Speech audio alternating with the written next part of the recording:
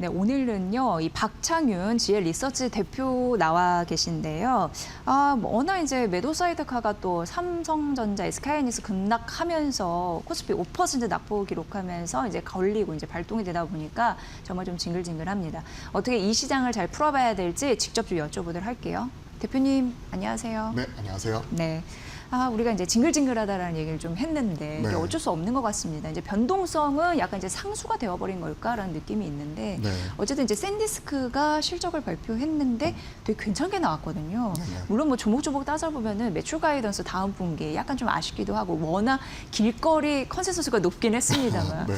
그럼에도 불구하고 아니나 다를까 반도체의 발목을 좀 잡고 있는 것 같고요. 네. 어떻게 보십니까? 우리가 스트릿 컨센이라고 얘기하고 있는 위스퍼 넘버 뭐 이런 부분을 좀 부합하는 모습이 조금은 약간 미달했다 뭐 이런 얘기 평가도 나오고 있는데 매출이 370% 성장을 했거든요. 네. 매출이 4배 넘게 증가를 했기 때문에 괴물 실적이라는 얘기는 나오거든요. 그렇죠. 잘 괴물 나오거든요. 실적 맞죠. 예. 그리고 뭐 우리가 그동안에 이제 이러한 부분을 반영을 해서 많이 오른 것 자체도 많지만 이를 비트하는 실적 자체가 나타났다는 부분에 있어서는 그래도 우리가 숫자에 대해서 확실하게 좀 짚고 넘어가야 될 것 같습니다. 일단 샌디스크 같은 경우에는 매출 대략 한 900억 불 가까이 나왔죠. 897억 불 나왔는데 시장의 눈높이가 842억 불이었기 때문에 추정치를 비트하는 모습이 나타났어요. 하지만 우리가 앞에서 얘기를 했었던 스트릿 컨센 자체가 워낙 높게 형성이 되어 있기 때문에 이런 부분에 약간 못 미친 것 아닌가 뭐 이런 얘기도 나오고 있고요. 주당 순이익은 대략 한 39.2불 기록을 하면서 시장의 눈높이 34.5불을 크게 비트하는 모습이 나타났습니다. 그럼에도 불구하고 시간 외에서는 5% 넘게 밀리는 흐름이 나타났기 때문에 시장에서 우리가 얘기하고 있는 수익성에 대한 부분 그리고 프리캐시 플로우 등 향후에 이제 투자에 따른 재무적인 부담에 대한 것들이 같이 좀 시간의 주가에 같이 영향을 미친 것 아닌가. 그리고 마찬가지로 샌디스크와 더불어서 웨스턴 디지털도 실적 발표 이후에 시간 외에서 11% 넘게 밀려버렸기 네. 때문에 샌디스크, 웨스턴 디지털의 시간의 하락이 우리나라 전자와 닉스 하락을 불러일으켰고 전자와 닉스 이 지표 종목 두 종목의 하락이 사이드카까지 코스피 사이드카까지 연결이 되는 이러한 좀 악순환에 놓여 있기 때문에 최근에 지금 말씀해 주셨던 대로 이러한 변동성은 이제는 변수라기보다는 상수로서 받아들이는 뉴 노멀이 되어버린 것 같습니다. 네. 또 스페이스X도 많이 급락을 했더라고요. 네. 그러니까 돈을 엄청나게 쓰겠네. 이런 부분에 대해서 되게 민감하게 생각을 하는 것 같습니다. 네. 투자도 많이 하는데 뭐 어쨌든 그러면은 그걸 벌어들여야 되는데 그런 부분에 대해서 항상 의문을 갖고 있는 그런 시장의 모습인 듯한데. 스페이스X도 어제 한 13.6% 예. 넘게 빠져버렸죠. 예. 그리고 추가적으로 실적 이런 것들은 확실히 잘 나왔고 그리고 또 이제 컴코를 통해서 여러 가지 얘기가 나왔었죠. 엔비디아 칩을 쓰겠다 하는 부분과 그리고 우주 이런 그 데이터 통신과 더불어서 지상과 연결이 시켜서 뭐 같이 하는 새로운 패러다임을 제시하면서 지상 기지국 관련된 통신 장비 업체들은 또 빠지는 모습이 나타나는 등 큰 변화가 나타나기도 했었고요. 네. 하지만 시장에서는 이러한 실적 이런 부분보다도 지금 현재 상장되어 있는 주수보다 훨씬 더 많은 주수가 좀 상장이 되기 때문에 그에 따른 오버행에 대한 부담감을 좀 민감하게 받아들이고 있는 이러한 상황인 것 같습니다. 사실 지금 시장이 상수가 상수를 뒤엎어버리는 약간 이런 느낌이 나는데 예전에는 삼성전자, 하이닉스, 닉스 투자액은 상수였잖아요. 네. 그런데 이들이 그 변동성을 가져다 주다 보니까 이제 변동성이 상수가 되어버린 그런 흐름인데 네. 그럼에도 불구하고 이제 8월 시장입니다. 원래 하반기는 불장이 될 거라는 얘기를 곳곳에서 했었어요. 네네. 그래서 코스피 만에 대한 기대감이 사실 있었던 게 사실인데 그렇다면 이제 8월 같은 경우에 이제 하반기 이제 본격적으로 시작을 하고 있잖아요. 네네. 그러면 포트에 삼성전자, 하이닉스 코어로 계속 가져가는 것이 맞는지 궁금해져요. 네. 물론 오르는 것도 맞지만 그만큼 빠지고 굉장히 어수선하거든요. 대표님 어떻게 생각하세요? 지금 뭐 네. 밸류 측면에서 놓고 보면 반도체는 어느 정도 포트에서 가져가야 되는데 과거 그러니까 우리가 6월 초 중순처럼 얼마만큼 이제 반도체 비중을 많이 채우느냐가 미션이 되지는 않는 것 같습니다. 그때는 뭐 전자닉스 50% 갖고 있어 그러면 시장에서 비아냥 소리를 들었죠. 야 네가 이렇게 자신감이 없고 쫄보이기 때문에 네 포트 수익률이 그따위인 거야 뭐 이런 네, 네. 비아냥 소리도 들었던 것 같아요. 그리고 일부에서는 뭐 나 70% 80% 채웠어 이렇더라도 야 왜 너 100% 아니야 100% 채용분들도 왜 레버리지를 적극적으로 활용 못했어 하면서 전자한 닉스에 과도하게 쏠리는 모습이 나타났었고 6월 중순 정도 가서는 S2에 대한 비중, 이런 단위 종목 레버리지까지 포함하면 83%, S7에 대한 비중이 90%를 넘어가는 극도 쏠림이 이번 7월의 급격한 하락장을 좀 불러일으키는 원인 중에 하나였다라고 시장에서는 좀 판단을 하고 있는 부분이죠. 이제 이러한 것들이 어느 정도 이제 7월 말 어느 정도 서킷 두 방 걸리고 디레버리징하는 지난주 과정 속에서 일정 부분 좋든 싫든 비트 규모가 줄어들었단 말이에요. 과거 신용잔고가 한 38조까지 올라갔던 게 그 한 달 사이에 지금 27조까지 11조가 떨어졌고 지난주 3일 그러니까 화수목 3거래일 동안에 신용잔고가 5조 4천억이 줄어들어 버렸어요. 네. 하루 만에 10% 그리고 그 다음날 5% 줄어드는 거 처음 봤거든요. 저도 20년 가까이 투자하지만 그런 모습은 처음 봤는데 이런 과도하게 줄어드는 비트 과정 속에서 일정 부분 이번 주 들어서 반등 국면 흐름이 나타나고 있고 다시 한번 이번 주 신용을 채우는 가운데 27조에서 28조까지 하루 만에 1조 넘게 올라오는 모습이 나타나는 등 최근에 나타나고 있는 이런 변동성 이런 부분 속에서 어느 정도 이제 그 반도체에 대한 이런 투자 비중 자체는 자연스럽게 줄어들었다고 생각을 합니다. 그러면 이제는 반도체가 일정 부분 그래도 코어로서 가지고 가는 것 자체는 맞지만 그전처럼 반도체 100% 채우기 미션이 아닌 네. 반도체 외단으로 확산이 중요해진 그런 시점이 된 거죠. 네, 이제 현 정부 이재명 정부 들어서 계속적으로 AI 섹터에서는 돈을 쓸 것으로 보여요. 집행되지 않을까라는 생각. 왜냐하면 오늘도 그런 얘기가 나왔습니다. 피지컬 AI 강국을 만들기 위해서 이쪽에 돈을 쓸 건데 대표적으로 조선 철강 그리고 자동차 뭐 이런 섹터, 화학 섹터, 그러니까 연관된 10개의 산업에 휴머노이드 쪽을 이제 접목시켜서 계속 이제 개발하겠다라고 얘기를 했잖아요. 네네.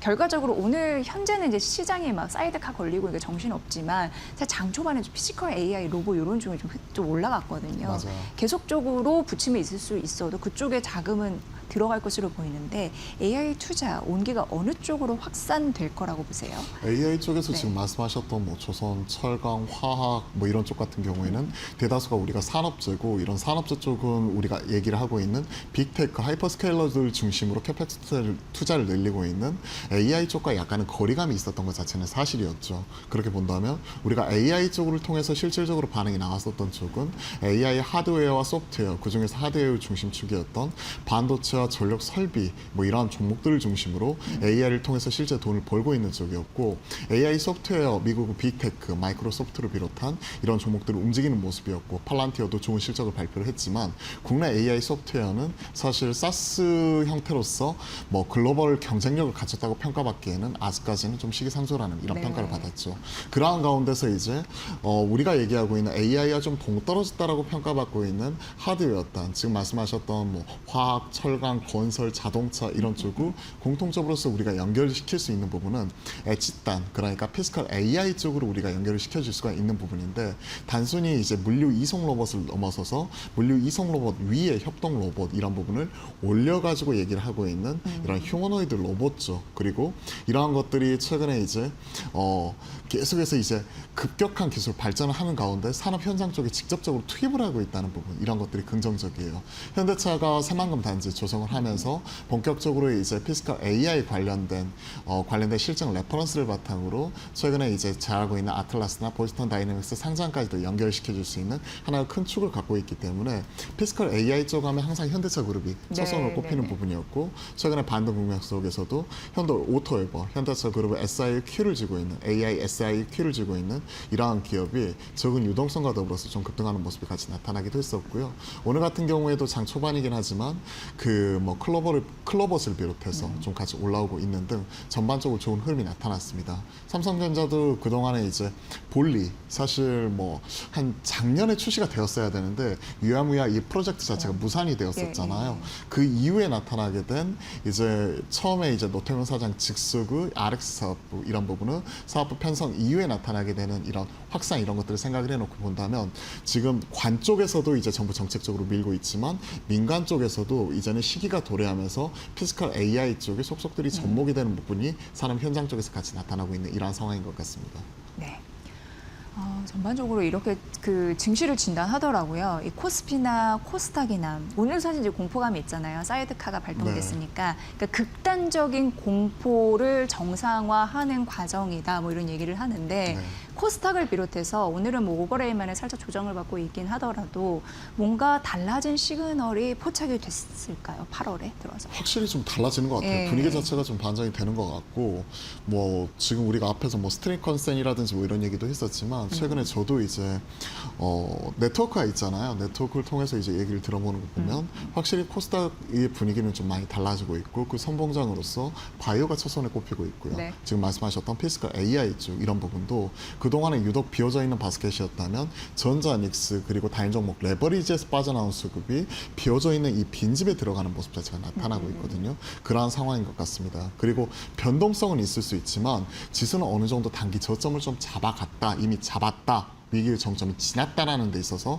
시장의 공감대가 좀 형성이 되면서 9,300에서 5,300까지 4,000포인트 빠진 이후에 나타나게 되는 최근에 이제 기술적인 반등, 그리고 이런 기술적 반등을 넘어서서 우리가 절반 정도 이상 한 7,300선 넘어서는 모습이 나타나게 되면 확실한 추세적 되돌림이 나올 때 그 중심이 되는 섹터와 종목이 뭐가 될 것이냐 했었을 때 우리가 기존에는 반도체 일변도였다, 그리고 AI 일변도였다면 이제는 지금 말씀하셨던 지금 뭐 코스닥 쪽 그 안에서도 IT 소부장도 있기도 하지만 뭐 바이오라든지 그리고 최근 피지컬 AI 쪽에 있는 로봇 쪽 이런 쪽 같은 경우에도 확실하게 우리가 좀 채워 나가야 될 그 중요한 섹터가 되는 것 같습니다. 네. 분위기 확실히 분위기 반전은 나타나고 있는 것 같아요.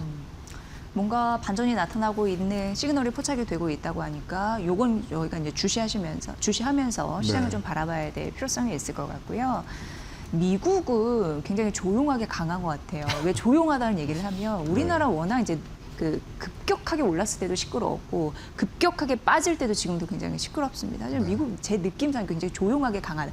S&P 500 같은 경우에는 그래도 최근 신고가로도 경신하는 흐름을 보여줬으니까 미국장 좀 눈여겨볼 점이 있을지 갑자기 또 궁금해지는데요. 어떻게 볼까요? 다우하고 S&P 500 신고가 그리고 나스닥 같은 경우에도 최근에 이제 옵션 이런 뭐 감마이치 등 관련된 영향으로 인해서 변동성은 있지만 그래도 조심스럽게 제자리 찾아가는 흐름 이런 것들이 나타나고 있고 이번 2분기 실적 시즌 이런 부분을 좀 지나면서 대다수 한 80% 넘어가는 기업들이 추정치를 다시 한번 비트하는 모습이 나타나면서 숫자로서 강한 면모 이런 것들을 다시 한번 보여주었습니다.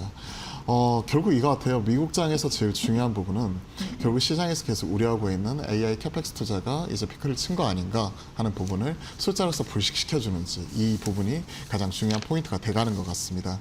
특히나 이제 뭐 이런 그 어느 정도 이제 그 투자 이런 것들이 정상화 되어가는 과정 속에서 실적 발표한 S&P 500 기업 중에서 85.2%는 지금 현재 시장 예상치를 상회하는 부분이고 그리고 글로벌 하이퍼스케일러들 투자가 올해는 캐펙스는 8,600억 불 뭐 이런 부분으로서 이번에 추가적으로 상향 조정이 되었거든요. 네. 기존에 대략 한 7,400억 불 뭐 이러다가 8,600억 불까지 조정이 되었는데 이러한 것들이 내년도에는 1조 불이 넘어설 것으로 바라보고 있어요. 1조 2천억 불. 그렇기 때문에 투자에 대한 부분 자체는 이견 없다.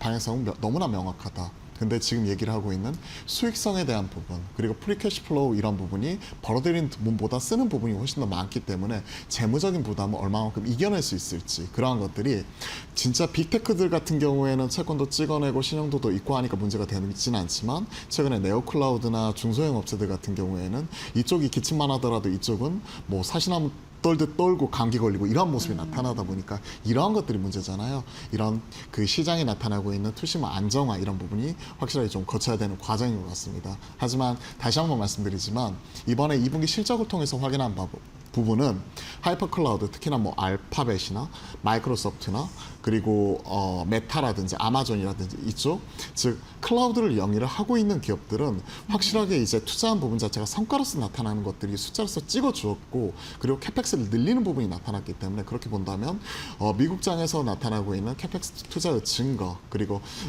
프리캐시 플로우나 수익성에 대한 우려감은 있지만 이러한 부분은 이런 투심 자체가 좀 잡히는 모습이 나타나게 된다면 국내 시장도 좀 더 빠르게 안정을 찾아갈 것 같습니다. 네. 지금 삼성전자에 대해서 굉장히 궁금해하세요. 예, 국민제의 역할을 하고 있는 상황인데 네. 근데 차세대 HBM 관련해서 여러 가지 이슈가 좀 부각되고 있는 시점인데 우리가 좀 투자 포인트로 살펴볼 만한 이슈 이런 것들이 있을까요? 삼성전자 네. HBM 관련해 가지고는 지금 4까지는 지금 루빈 이렇게 들어가고 있는 부분이 지금 확인이 되고 있고요. HBM4 이쪽에서는 실질적으로 SK 하이닉스보다 좀 더 발빠르게 이런 부분은 수요를 맞추고 그다음에 성능적인 부분에서 고객사의 니즈 이런 부분을 충족하는 모습이 나타나면서 내년도에는 HBM 점유율이 삼성전자가 좀 더 우위에 설 수 있다라는 부분이 지금 얘기가 나오고 있고요. 올해는 이제 레거시 쪽, 즉 D램과 낸드 쪽 가격 인상과 더불어서 이런 레거시 사이클이었다면 다시 한번 올해 상대적으로 좀 억눌려 있었던 HBM의 가격 상승 사이클이 내년도 30에서 50% 이상 더 나올 수가 있기 때문에 이쪽에 좀 키를 잡아가고 있는 삼성전자 입장에서도 올해는 레거시, 내년에는 HBM까지 같이 붙어버리면서 좀 더 이런 부분이 공격적으로 다시 한번 주가가 재평가받을 수 있다는 부분에 힘이 실리는 것 같습니다. 네. PR 측면에서 지금 어제 종가 기준으로 보게 되면 대략 PER 자체가 삼성전자가 대략 한 3.4배, 3.5배 전후에서 왔다 갔다 하는 모습이 나타나고 있는데 마이크론이 밀렸다고 하더라도 지금 한 5배 가까이 되고요. 지금 CX엔트 같은 경우는 PER이 한 22배 넘어가고 네, 있거든요. 네, 네. 근데 D램 점유율 놓고 보면 이번에 그 지금 현재 2분기 기준으로 CX엔트는 7%, 삼성전자 38%.